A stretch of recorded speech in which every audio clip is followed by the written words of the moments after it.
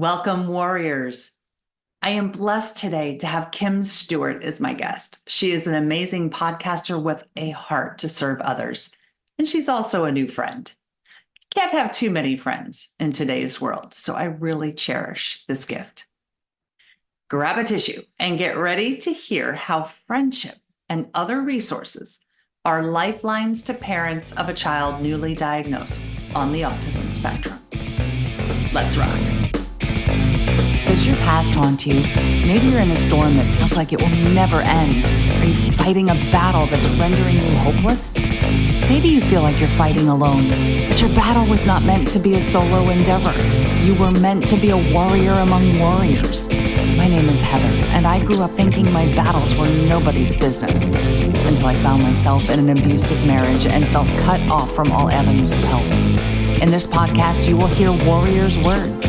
They will tell you of their battles, both won and lost, their journeys, and their lessons learned along the way.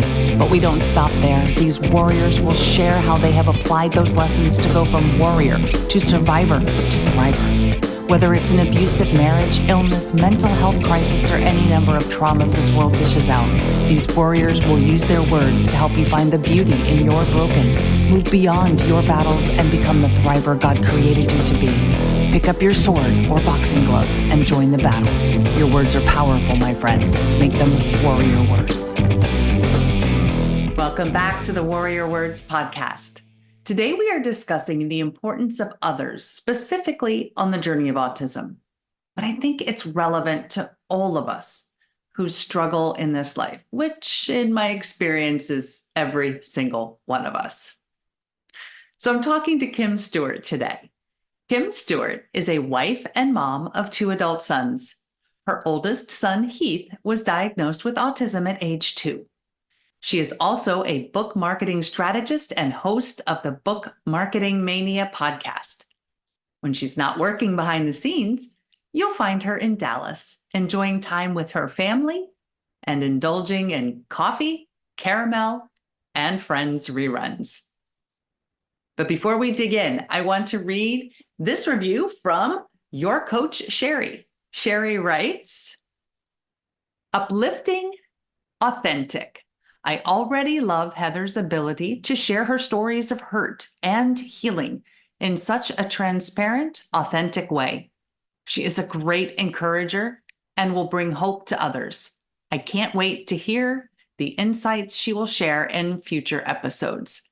I know many women will feel seen and heard through this podcast. That is awesome, Sherry. Thank you. Thank you for your confidence and your encouragement. The goal of women feeling seen and heard is one that's close to my heart. So thank you. Would you like me to read your review on an upcoming episode? Please go to Apple Podcast and leave a review for the show.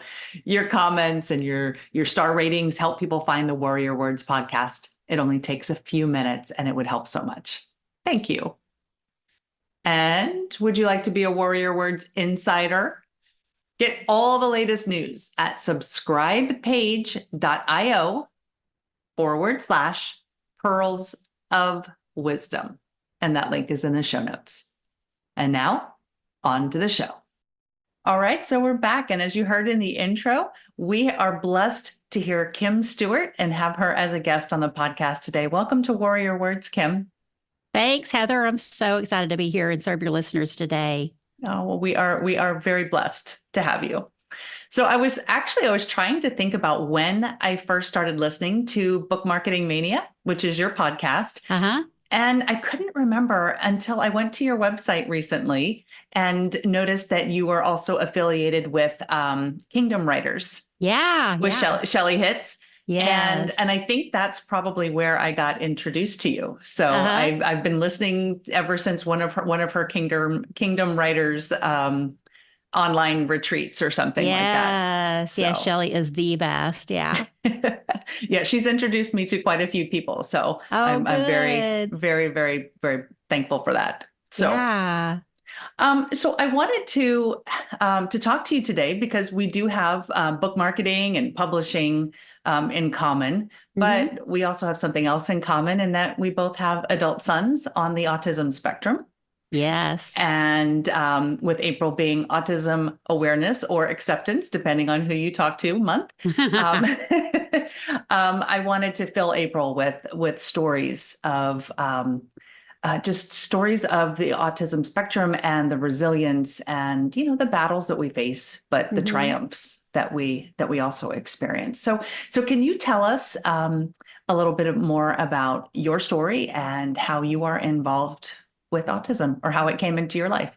Yeah, yeah. So my oldest son was diagnosed he was probably right before his second birthday is when we got the first signs of it. And I have two boys. So I had just had my second child, and my older son, he's a boy. And so he's a late talker. And he walked earlier than the rest of his little buddy, friends, but he, just didn't start talking as much as they did, but he did start talking. But when our second one came along, he kind of just got into his own little world a lot more. I mean, it's so different to look back on it now, as you know, Heather, Right. with an adult Yes. son. But he just kind of was a little bit more withdrawn, and we started seeing what we know today is self-stimulatory behaviors. He'd like be rubbing his hair, just kind of a lot of self-comforting behaviors, and it Right. wasn't too out of the ordinary, but we did ask our pediatrician about it. And at first she said, he's a late bloomer. He's a boy. You have a new baby in the house. He's not going to get as much attention as he used to. Like, this is all really normal. And where he's at on his talking is totally fine. And so we were like, okay, and went along a little bit later and then just started seeing some more things that were a little unusual and a little bit further behind some of his peers. And so we Right. got led into an early childhood program and then eventually into getting the formal diagnosis by several different educators and medical professionals. And that's when we went to the world of autism, and we knew nothing about autism. I had read a book, like, it's so funny to think about. I had read a book in Reader's Digest, which I'm really showing my age here, a story about a mom that had two children with autism, and I kind of remembered that from forever ago. But I still was like, I don't know what autism is. And this is back, of Right. course, when the internet was just becoming a thing. So it was like you could Google and maybe find one or two things only. So it was just this huge unknown for us. And luckily, though, our neighbor behind us knew about autism. Once my husband told him, they worked together, and he introduced me to a family locally that the mom, was really involved and had a son with autism. So that kind of, she just took me by the hand and helped me kind of through that path of getting the diagnosis and then just knowing what's going to come after that. And so, yeah, it was not a journey we were looking to ever have in our lives, obviously, but it's definitely the one God's picked for us. And so, yeah, here we are. And then it was so fun to connect with you. And I love meeting other moms. They've definitely been my surviving, helped me get to where I am today, is just having other moms to rely on. So I always love connecting with other moms. And like you said, that is what we had in common, but I love that, we've gotten to talk about other things as well. So that's kind of how my journey began with autism. And here I am. My son is, how old is he now? He is 26. He just turned 26. So yeah, we're entering into, the adulthood and just what that looks like for autism. Yeah, and I think that's great that you brought up your neighbor. I think you said behind you, Hmm. who helped you to begin this journey, and Yes. I think that's an important point for the, I we use the word survivor here a Uh-huh. lot Yeah. on the Warrior Words podcast, and I don't think we ever survive as in a finality Hmm. survival of autism, but Hmm. one of the ways we do survive is community and Hmm. having those people come alongside us who have walked this path before, Hmm. even if they're only one step ahead of us. Yes. Oh my gosh. And Yeah. And, just again, like when we were diagnosed, there just weren't the resources. And I know people that maybe live in small towns now, maybe don't have that community resource. They are going to have to turn online.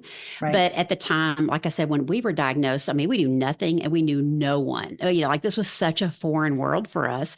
And so luckily, again, my neighbor introduced me to a family. And literally that day, he gave me her phone number and I reached out to her and was like, left her a message like, I'd love to talk to you. I'm clueless here. And she didn't live very far from me, but she called me that night. She literally that day had come home from having a baby, and she Oh, spent wow. probably 2 hours on the phone with me, just going through and talking to me, and like opened up her home to me. And, I'm like, oh, you just got home with a new baby and you're going to, like that was such, it just helped my heart so much at that time. So I've always tried to pay it forward, what she's done for me. But yeah, just a community is. I mean, and from that point on, I mean, that is what I relied on for sure, was just having other moms to lean on and share things that no one else would tell you about, and that, you can just call up and cry on their shoulder, and they get Right. it. Or you can just go, look, I don't even want to talk about this today. I do this a lot. I'm like, I don't want to talk about it today. I just want to go laugh and get away from it, So yeah, having some kind of a community. And now, of course, online, it makes it so much easier to find people with, that shared commonality, and be able to share resources online too. So yeah, I mean, I would be totally lost without my community online and off. Yeah. Right. And now, going from, because my son was diagnosed, um, I guess similarly, like 15 years ago. So Uh-huh. there, the resources weren't prevalent Yeah. then either. And, to go from that where you search, like you said, and you get one or two resources, and now you can go on to Facebook Hmm. and you can find probably an unlimited number of groups. Yes. Yeah. Um, and I am a member of a few of those, and it is so helpful to be able Uh-huh. to find other moms, and even if it's not, because autism is a spectrum, so even if you It don't is. have the Yeah. same exact situation, you can find somebody with something similar, Mhm. or yeah, so Yeah, very, my husband very always talks about them being, they are snowflakes. I mean, other people talk about that too, but they are snowflakes, and they're so, so different. And I know the spectrum is getting larger and larger. And yeah, I mean, right. I just have been blown away by the people that I've gotten to know, that I think, okay, it sounds like their kids are really similar to mine, but then you meet them and they're different. And you won't find the exact same scenario, but yeah, it just has blown my mind by how much you can learn from other people and what they've gone through, and just the resources. I wish I had like a book of all the resources I've ever been given. Because, sometimes you get something and you're like, okay, this is not for me, or this is not for my son, but you put it on a shelf, and then later in life, sometime, on your journey, you might be like, oh man, what was that? I heard about something about that. I need to look into it. So yeah, it's amazing the resources that get shared for sure. Right. Yeah, it is definitely a blessing. So talking about survival, Hmm. and were there any other ways that, in addition to community, any, see, now I'm going to ask you about those resources. Yeah, yeah. Um, are there any that particularly stand out, even if they're maybe local resources? People can find out where you are, and and maybe there's some local resources, even if they're not national, but Yeah, yeah, yeah, things absolutely. that help you. I mean, there's definitely national autism associations for sure. And they usually will have local chapters. So we had a local chapter in our area that had ongoing meetings. So that was nice to be able to go and meet with other moms again, or dads can meet with dads, siblings can meet with siblings. And then they usually bring in guest speakers. So you kind of heard about different topics that, again, you could probably Google and find today, but like, did you actually heard it from the source, back Right. then? And I'm an avid reader. So books, definitely at that time. Podcasts weren't a thing at that time, but books, like being able just to dive into books. And it was, for me, sometimes it was about a mom's story, but it was usually more of the textbooky kind of, here's a therapy you could try. But also our church has a special needs ministry, and that Oh, has wow. been unbelievable, lifesaver for me. And we started in that very young when he was first diagnosed. And the ministry was super small, and they were just like, we want to help in any way we can, and figure this out. And it's blossomed into this amazing ministry on Sundays, but also they have a support group for parents, and you don't have to belong to the church to come to it. So that's been so, so helpful, just to have, again, it's a community, but it's a really tight knit, you can really just say what you want to say in this group, and not be judged and be prayed over, and just find somebody to hold your hand. And we've had like, so many people from our church that don't have any connection to special needs at all just want to come and be a part of it, to be like mentors, which is so funny, because I never would have thought somebody without special needs would mentor us through that. But it's like, oh yeah, you need somebody that can just talk to you and share God's word with you and pray over you. And so that's been super, super helpful. Another resource that's also, well, it's actually worldwide is Johnny and Friends. Do you know Johnny Erickson Tata as an author? Yes, Or, yes, okay, so she has yes. a ministry, she has a podcast, she's wrote several books. She's disabled herself and has just Right, gone I on to remember. do amazing things despite her disability. And she's another one, like I remember kind of her story way back when, but I didn't Hmm. know much about it until now. Here I am in this disability, Yeah. network. And we learned about her ministry from our church, and they also offer family retreats.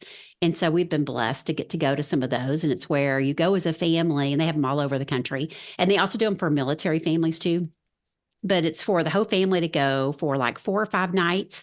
And your child with disabilities gets paired up with a volunteer to spend time with. So there's like set hours during the day where your child gets to go have a camp experience, which not all of our special needs kiddos get to do that. Like they don't get Right. to go off to camp. Exactly. But Yeah. this, the way they do, at least get to experience the day camp aspect of it. And the moms, like and dads, can just go if they want to go take a nap, they can. If they want to participate in activities, they can. If you want to go to Bible study, you can. If you just want to sit around a gab, you can. But you're in this beautiful camp setting, so that's another resource I would definitely encourage people to check out. And And I'll make gosh, sure that goes in the, I'm sure I'll there's get that tons, one and in I'm the sure there's show notes. tons Yeah. online that I don't even know about anymore. But those are the main ones. Again, just like reading tons and tons of books and trying to be knowledgeable, going to conferences if you're able to. Because I mean, again, when we first got diagnosed, like the only conference to go to was 4 or 5 states away. A good Mhm. investment to travel Yeah, and go. exactly. Now there's probably more. I know there are more just in my backyard. So I would definitely, look around. But that's where any of that stuff, I would really say, like, find a parent group. And if you have to go to a Facebook group, those people are going to be able to tell you the best of the best things to be, looking into and kind of helping you pare down the resources. So I'm so thankful there are still a lot of resources. There are more resources than when we were diagnosed, but Right. I'm sure, again, on the flip side of it, I know Heather, probably both of us are like, oh, I wish there was more resources. There's just, especially when you're at the time we are being adults, it just never Yes. seems like there's enough for adult children. I mean, our adults. So, yeah. Well, I think our adult sons are kind of on the beginnings of that wave Hmm. of the people who were diagnosed 15, 20 Hmm. years ago before autism was a buzzword. Um, Hmm. and they started, I think, developing resources for the kids they had at the time. Hmm. And it probably was a thought, but maybe not as well executed at that time. Yeah. That these Yeah. kids are going to Hmm. become adults Yeah. Oh, and yeah. they are going to need help. They're going to need Hmm. services. One thing that I've been talking with Tristan a lot about is, as a single mom, Hmm. eventually I'm not going to be here. Hmm. And so that's something I think that parents of adult children on the spectrum need to start thinking about is Hmm. end of life plans. Yeah. Yeah. And Absolutely. And yeah. Heather, when for anybody that might be listening, that if they're a mom of, just diagnosed child, or if if they don't know anything about autism, but they probably have somebody in their community or church that is, that Mhm. they just may not know it yet, or they're, in their child's school or something. But I know when I was a mom of a younger one, I mean, I could not see that far. It was just like, I Right. just got to, what are we going to get done in the next few months? And, we're always looking at like that kind of scenario.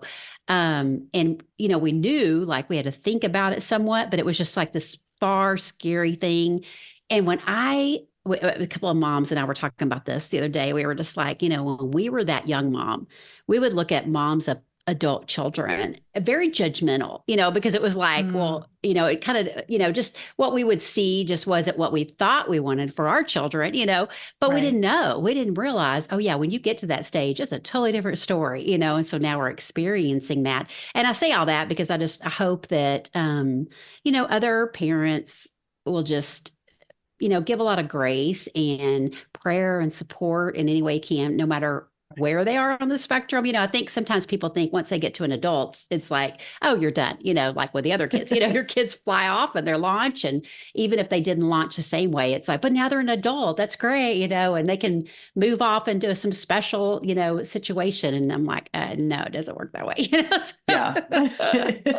It's I a lot different awareness, as they get into be adults. Yeah. Yes. And I remember staring at the social worker who told me, well, he might be able to live on his own. And Hmm. I said, what? You mean there's a possibility that he might stay home? Yeah, yeah. And I remember thinking, what am I supposed to do with that? Hmm. Because at that point there was nothing. We were just we were just trying to navigate what autism was and what he needed at that Yeah. time. Yeah. Yeah, when Yeah. they're school age, that's all you can think about, right? It's Hmm. just you just want them to be with their peers at school and to experience, a typical school day if they can, or if you're homeschooling, you still want them to be able to have that social environment, with their peers. And it's just not always easy to do, but that's always what's in our mind, right? And we're just Right. like desperate to try everything. And you get to this stage, and not that you're not still desperate and try, but it's just so different. Yeah, when they're adults, for sure. It is. So now that we both have young adults, Hmm. and if you look back and you look at all the struggles and all the challenges and all the the different things that you've had to go through over the last 20-24 years, um, can you see any bits of beauty that Hmm. maybe in the thick of it you didn't see, but now you can look back and see that it was beautiful, or it was, that there was some promise or some hope. Because I like to have our listeners kind of think, when they're in the thick of things, they don't think Hmm. that there is any beauty or that there is any hope. And Hmm. so I would love to be able to, if you have any stories of hope or beauty that you can share with them and give them that hope. Yeah, I was thinking, I mean, it really goes back to, I mean, probably just the different friends that I've had in my life, that are willing to either laugh again, like they'll laugh, they'll cry, but also, I think just, I think this is just a lesson for everybody. This isn't like one specific story, but just, you know, I don't know. I wish that I would have documented more things, along the Mm, way, and to remember, like I heard somebody talking this weekend about celebrating the small things, and it made me think I yes. wish I would have done that more along the way. And there were beautiful moments to celebrate, and I think about that with any journey you're on. Whether it's a health journey, or if you have a child with autism, or any kind of things that are going on in your life, and just any kind of brokenness is just to maybe slow down a little bit so you can, think about those things. Cause I mean, I do think about, it's funny, the things, I mean, there's, obviously really, really hard days. I Yes. mean, I will say, like, growing up, I almost thought my child without special needs was a lot harder, Oh, and wow. now I feel Interesting. like in Yeah. adults, they're kind of flipping, but I will say, he probably wouldn't mind me say that, but growing up, that's what we always laughed about. I was like, geez, I think he is even harder, but there's certainly hard days, with special needs. But then there's all these things that happen. I mean, like our son, again, it's changed a little bit in adulthood, but he always woke up with a smile on his face, and he may Mm. have a horrible day afterwards, but it was like he always just kind of was like, I felt like he just kind of was facing it, head on with a smile to begin with.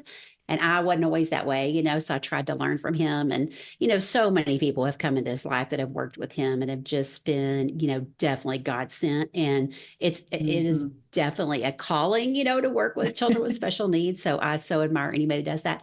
But I think I think just like, again, like saying celebrate the small things, and what God might can do that you don't expect. Because like I remember this one story. So I remember my younger son had saved up his money to buy one of those little electric scooters. Like again, Mhm. this is back when they first came out. And he was so excited to buy his electric scooter. And we lived on a little street with about 10 houses. And so he was out riding it. And then my older son came out, and he was, looking like he wanted to ride it. And so we were, my husband was asking him, and I was just like nervous, mama going, "Yeah, there ain't no way he's going to be when he riding a bike at this time. Right, right. And so he was like, well, let's just, set him on it and see if he likes it. We were just thinking he was going to like kind of balance on it. I don't remember what old he was, but I mean, old enough he should have been able to ride it, right? But he Right. just like Yeah. took off down the street on this electric scooter. And I mean, my heart, I was like freaking out, and he just like made the little corner around our little block, and came right back. He's really good with directions, but he came right back. But I was just like, my mouth was on the floor because I was like, here.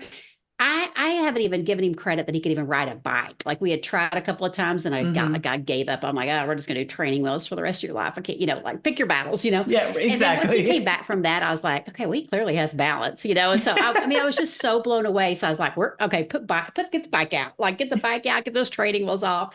He could clearly do more than mom gave him credit for, So Oh, there's been wow. a lot of Yeah. those kind of stories that Hmm. I think, even though, you might be praying about it. And not that I didn't pray about it, but I was and probably still continue to be quite a control freak, when it comes to him. And Yes, I can so, relate. there's just so many things I wouldn't let go of. And so, again, I think, celebrate the small things that do happen, try to remember that, but then also, be willing to hand it off to God and just know He's going to take care of things one way or another. It's not going to always look like what Mama Kim wants it to look like, but, Yes. yeah, I think that's so important to remember in any struggle that we go through, and just lean on other people. Like I said, I mean, there's been a lot of laughter, there's been a lot of tears about it all, but yeah, I can't think of like any specific story other than that. No, but that's great. But I And think those are just things, and again, like I mentioned before, I mean, definitely like don't be judgmental, to other people, and just I think like I try to remember that now again in any situation I might be in, and how can I offer a lending hand to somebody? And I know that's really hard. Like it was so yes, hard for me to accept help, but just think in ways you can, like even if it is just offering to pray for somebody, again, going through any struggle in life is so right. helpful. Right. Well, I was going to ask you for some warrior words, and I think you gave us some beauty, some hope, and some great warrior words there. Oh, So good. thank you for that. So let's switch into how you are thriving today, because that is the other component of this. And I already mentioned your podcast, but if you want to share, how your podcast got started, or maybe how your son is thriving today, what those types of things. Yeah. Well, and I think he's probably thriving better than I am, because he, doesn't always know all the struggles that he's up against, which Yes. I guess I'm glad that's also a great thing in a way, that he doesn't see all the battling that we are doing, trying to figure out his lifelong, right, his adult plan and what happens when we're gone. Like you said, that's Right. a huge thing we're working on right now. And it's like, oh, it just, it can really take you down, right? Right. Yes. But yeah, I was wanting to share with you, Heather, is I don't know if we had ever talked about this, but back in like 2014, I think it was, I kind of felt God nudging me to write a book about my journey because again, I love to read and I love reading other Hmm. people's stories. And I got to thinking, okay, well, maybe I need to provide this resource for new moms because I was talking to tons of new moms at the time. And I would Right. always, like tell them to call me if you have any questions. I love to help people and, try to sort through some of these things on a new journey. So I felt like he was calling me to write. And I have a background in corporate marketing. And so, that's just a little side note, but I had gone to a writing conference and because I thought, okay, well, I need to go learn how to do this if I'm going to do it. And I went to a writing conference and met amazing women, that I could bond with in the writing journey. A lot of authors too that I had read their books. So it was so fun to get to meet them in person. And so I gathered all this information and learned about writing and publishing and marketing and blah, blah, blah, and I brought it back home and then it just sat and I didn't do anything with Mm, it. I was like, yeah. okay, well, maybe I heard him wrong. Maybe I wasn't supposed to write a book, after all. So I didn't work on it all. And Lord knows I had enough other things to do, right, with the two Right. kiddos. Yeah. But then I went back a second year because I was like, you know what? This conference came up again. I feel like maybe I'm just not being obedient and I need to go learn it all again. And maybe I'll start writing this time. And I was in one of the sessions on marketing and book marketing. And because I'm just a huge marketing nerd. And so I just sat there and I really felt like this calling that he had on me. I really felt like in that session, it was like bing, bing, bing, bing, bing, and it was just like, this is why I called you here. It wasn't for you to write a book yet. Like we're still on this journey. It's not time for you to do anything with it yet. Hmm. But all these women that I've called, because it was a Christian author conference, and he was like, all these women that I've called for them to share their stories and their struggles. You love reading other books, and I've called them all to share that. And they're great at writing, but they don't do a good job marketing. They don't want to market their books. They hate it. They want to just write, write, write, write, Hmm. write. And this is why I Yes. called you to this. I called you to intersect with that. And it helped me so much to understand that. And now it's just like, I've totally like put the writing my book on the back burner and just went off with marketing and helping other authors, especially authors that are communicating about a struggle, a specific struggle Mm, that women go through in their lives, and just how God's word can intersect with that and how it can take you through. And it may not get you to the other side that you want it to, but it can help you get it through. And I've definitely seen that as an avid reader. I've definitely seen, some moms kind of, virtually holding my hand through their words. And I just wanted to help, Right. market it. So that's kind of how I've landed in book marketing, and haven't written a book about my autism journey, but I But definitely would maybe, love to help yeah. anybody market theirs that is sharing that, because I think it's so, so important to get the message out there and just be a beacon of hope to others. Well, I love that you shared that, because I've shared before on the podcast that the Holy Spirit told me to do this one too. So, Yeah. I sat in church one time and questioned, why on earth would the Holy Spirit, God Himself, care whether or not Uh-huh. I have a podcast? Yeah. And Yeah. it's, it may or may not be for me to know. His ways and His Uh-huh. thoughts are, above mine, way above Yes. mine. So true. Yeah. Yeah. Yeah. And you have so much to share, so why not get behind the mic and share it, and then you have to just leave it up to him, right? I mean, we have to do our job Amen. too, Yeah. but there is just a matter of get to a point you have to just leave it up to him, for he's going to find the right people that need to hear it. And yeah, I mean, Yes. just again, like back when we were diagnosed, we didn't have this technology. Like we could not have No. heard a conversation like this. So I think it's really incredible. Oh, well, thank you. And I'm so glad that you were here and made time for us today. So Yeah. tell our listeners where they can go find you if they have a book in them, or if they have a book that they want help marketing, or if they just want to listen to more of your stories and how you serve people. Yeah, I would love it. I'm at kimstewartmarketing.com, and you can find all my links there for social media. And you can learn about the podcast. And yeah, if you just want to pop onto any of my social media channels and say hi and let me know you heard me on Heather's podcast. And I'd love to hear about, the journey you're taking as a warrior, and, just what God has in store for you. I just love learning everybody's stories, whether it's about autism or not. And that's how we actually connected. I found I'd been listening to your podcast for a while, but that's how I connected with Kim, was actually mentioning or DMing her through Instagram. Yeah. Yeah. I So love yeah, it. so it was great. All right, well, I will make sure to get your link in the show notes so people can come and find you and listen to the podcast.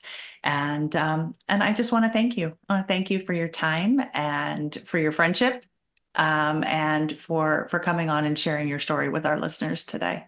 Yeah. Thanks, Heather. It was such a blessing to me, too. All right. Thank you. Today's conversation with Kim was filled with hope. I love how she shared about people coming alongside her and helping when she didn't know much about autism, much less how or what to ask for help. These people had been in her shoes and had already walked on this path. They knew. They knew what she needed. She also brought up another point that convicted me a bit. But I think it's an important one. She mentioned in her story about the scooter, and she mentioned it. I guess it was about her fear. It's about her fear for her son. And upon his return from riding that scooter, she realized that she hadn't given him enough credit. There were things he could do on his own that she hadn't considered. And that's a powerful realization.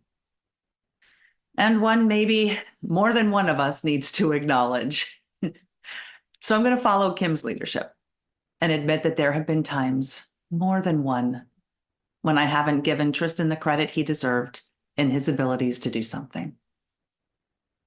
The most recent one being my overnight hospital stay. And you can listen to, I think it's episode 7. Listen to episode 7 to hear more about that story. But I was more scared for him to have to navigate a night being on his own. I was more scared of that than I was for my own health. He looked at me as I was lying in a hospital bed with tubes and things beeping. And he looked at me and he said, "Mom, I can do this." And do it he did. So thank you, Kim. Thank you for sharing that important story with all of us. Whether or not your children are on the autism spectrum, can you think of a time when you did not give them credit for something because of your own fear or your own doubt? I don't ask in condemnation. I ask so that we can all learn to let some of that fear and doubt go. Joshua 1:9 says, "Be strong and courageous." And I encourage all of you, myself included, excuse me, to let go of the fear and the doubt, courageously allowing the people in our lives to show us what they can do. They may surprise us with something beautiful. And that's it for me today. We'll see you next week. And until we meet again, armor up, fight the good fight, seek beauty, and make your words warrior words. God bless.